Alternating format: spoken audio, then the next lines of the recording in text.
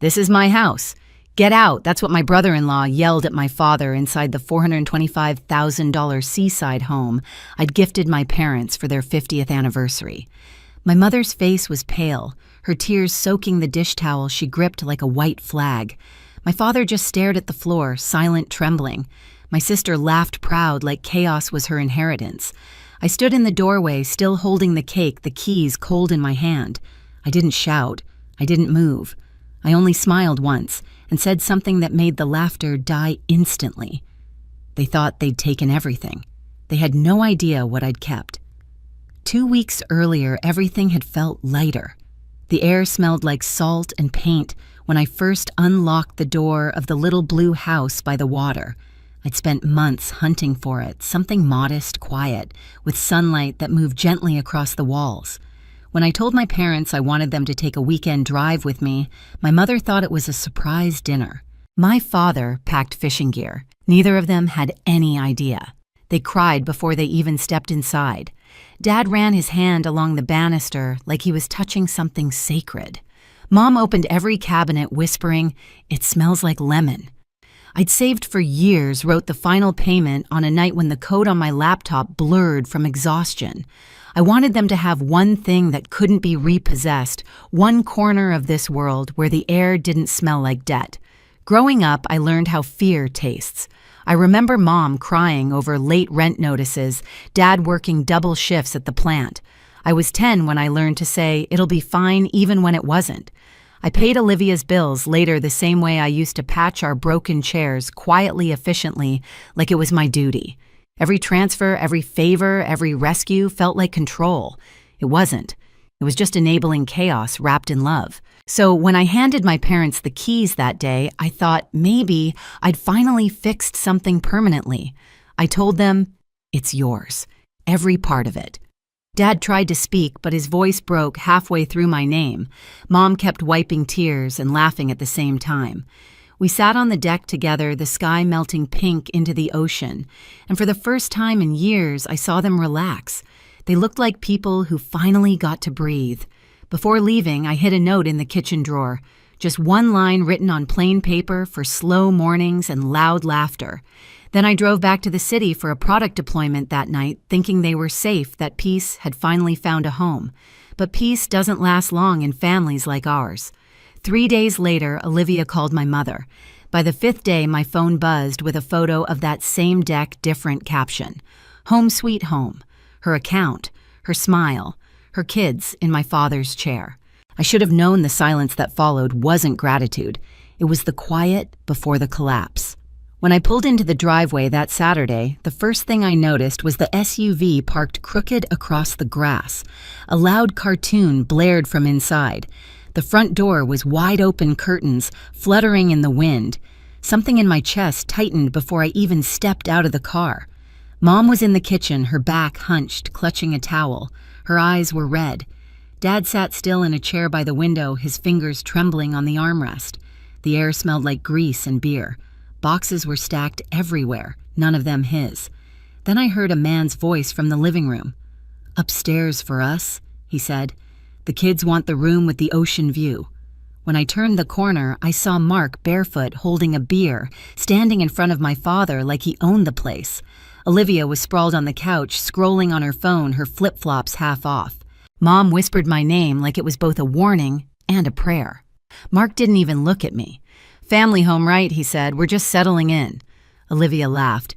"Relax, Bella. You know Dad's bad with stairs. We'll handle things here."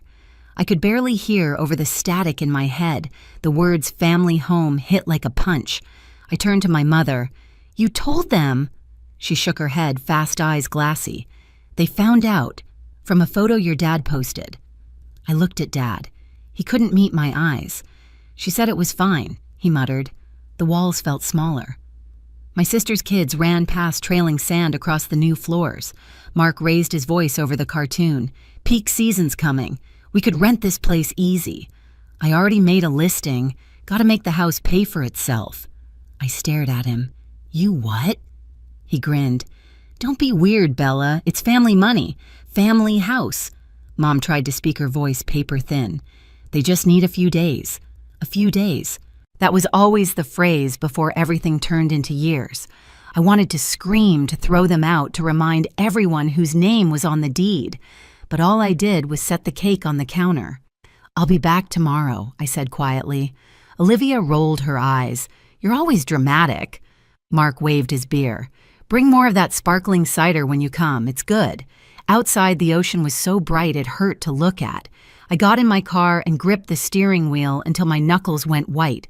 They thought I was leaving to cool off.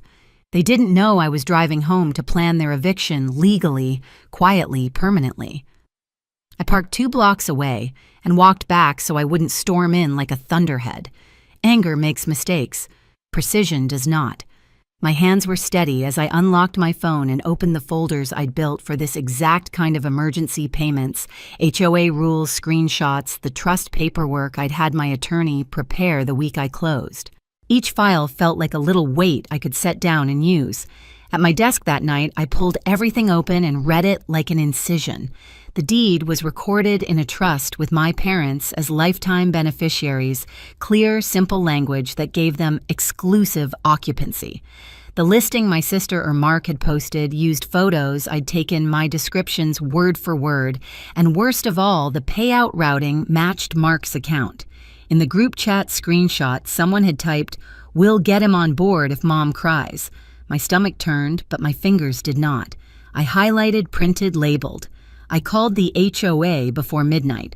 The woman on the phone was perfunctory at first until I read the clause aloud, "No short-term rentals permitted." She went quiet, then told me what I already suspected: violations could be enforced. Fines levied, listings removed. I thanked her and asked for an email confirming the rule. She sent it immediately. Proof. I booked a locksmith for first thing in the morning and left him a note Victor will need to change outer lock keypad reprogram. Small, mundane actions that felt enormous when they lined up. I forwarded the screenshot of the listing to the platform's trust and safety inbox and attached the deed and trust. I wrote a short, boring email to a neighbor list I'd found in the closing packet. "Hello neighbors, there may be unauthorized activity at 24 Seaview. I'm the trustee and will be taking steps to ensure compliance." I hit send with my thumb and watched the little blue dot move across my screen like a metronome. I didn't sleep much. When I finally fell into a shallow, precise kind of doze, my mind ran through contingencies. What if Mark refused to leave? What if Olivia posted a video of Dad crying? What if they tried to file some quick claim? I imagined their faces when their leverage collapsed, a small private cruelty that felt deserved. At dawn, I drove back with a manila folder in my lap.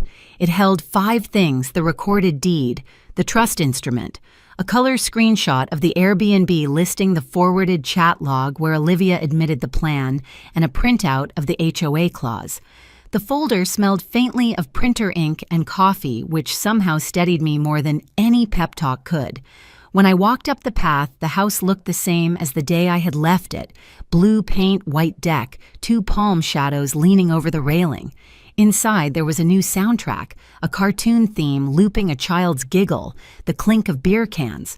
Mark waved a hand at me like I was an uninvited extra. Olivia's laugh sliced the air. My mother's face folded in on itself. I didn't raise my voice. I set the folder on the coffee table and arranged the pages with the care of someone setting a surgical tray. "Everyone to the living room," I said. Not loud, not dramatic, precise. The kids paused. The dog cocked its head.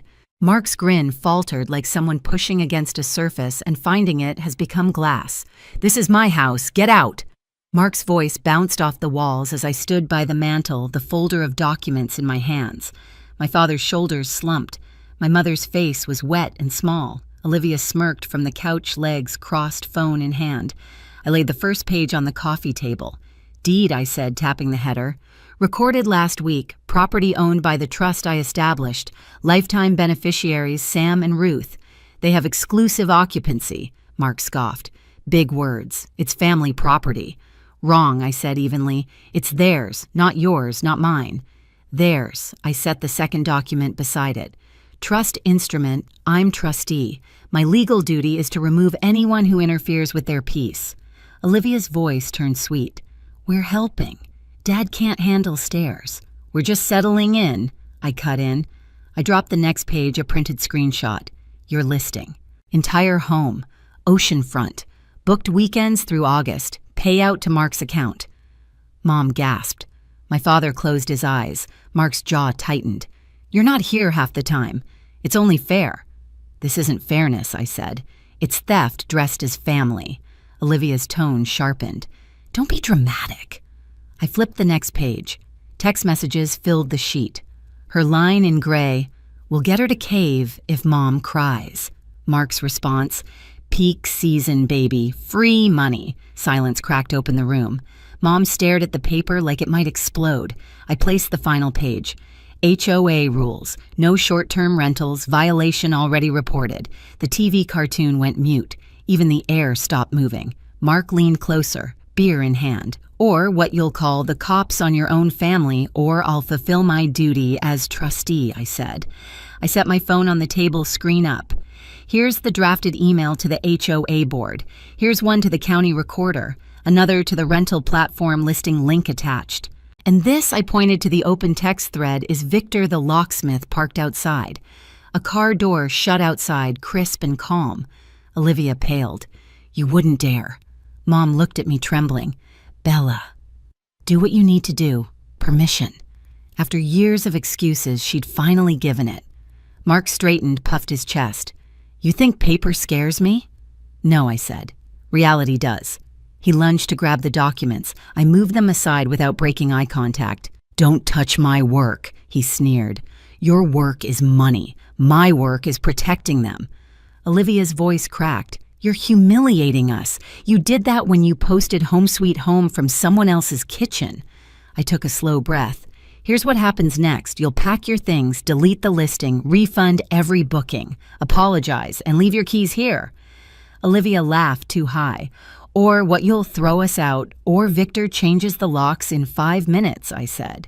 And you can film your tantrum in the driveway.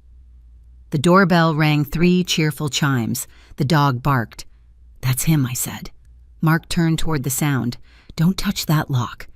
Victor stepped inside tool bag on his shoulder. Afternoon. You must be Bella. I nodded and handed him a paper. Authorization letter, trustee signature. He read it, smiled politely, and went to work. Mark pointed at my father. Old man, tell her to stop. Dad's voice cracked, but it held. This is our house. We're staying. Mom's hand slid into his. For once, she didn't apologize for it. Mark sputtered, You'll regret this, Bella. I regret enabling you for a decade, I said. This is correction, not cruelty. Olivia's kids had stopped moving, wide-eyed and still. Even the dog sat down. Keys, I said, holding out my hand. Mark slapped his on the table. Olivia tossed hers after a pause. Victor's drill whirred clean and final. A few clicks later, he appeared with the new keypad. Code's ready. Who gets it? I looked at Dad. You pick. He whispered 4 numbers, his wedding month and year.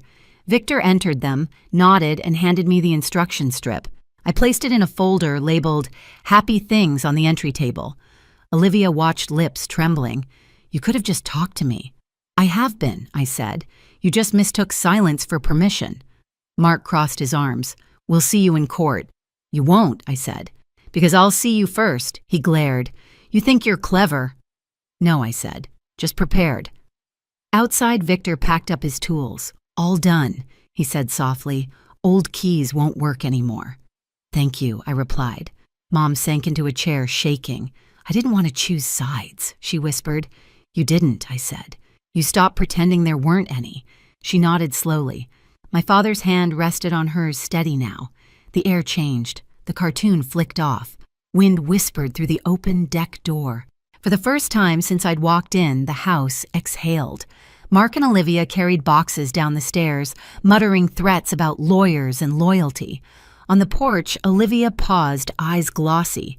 You think this ends here? No, I said. It ends when you stop taking what was never yours.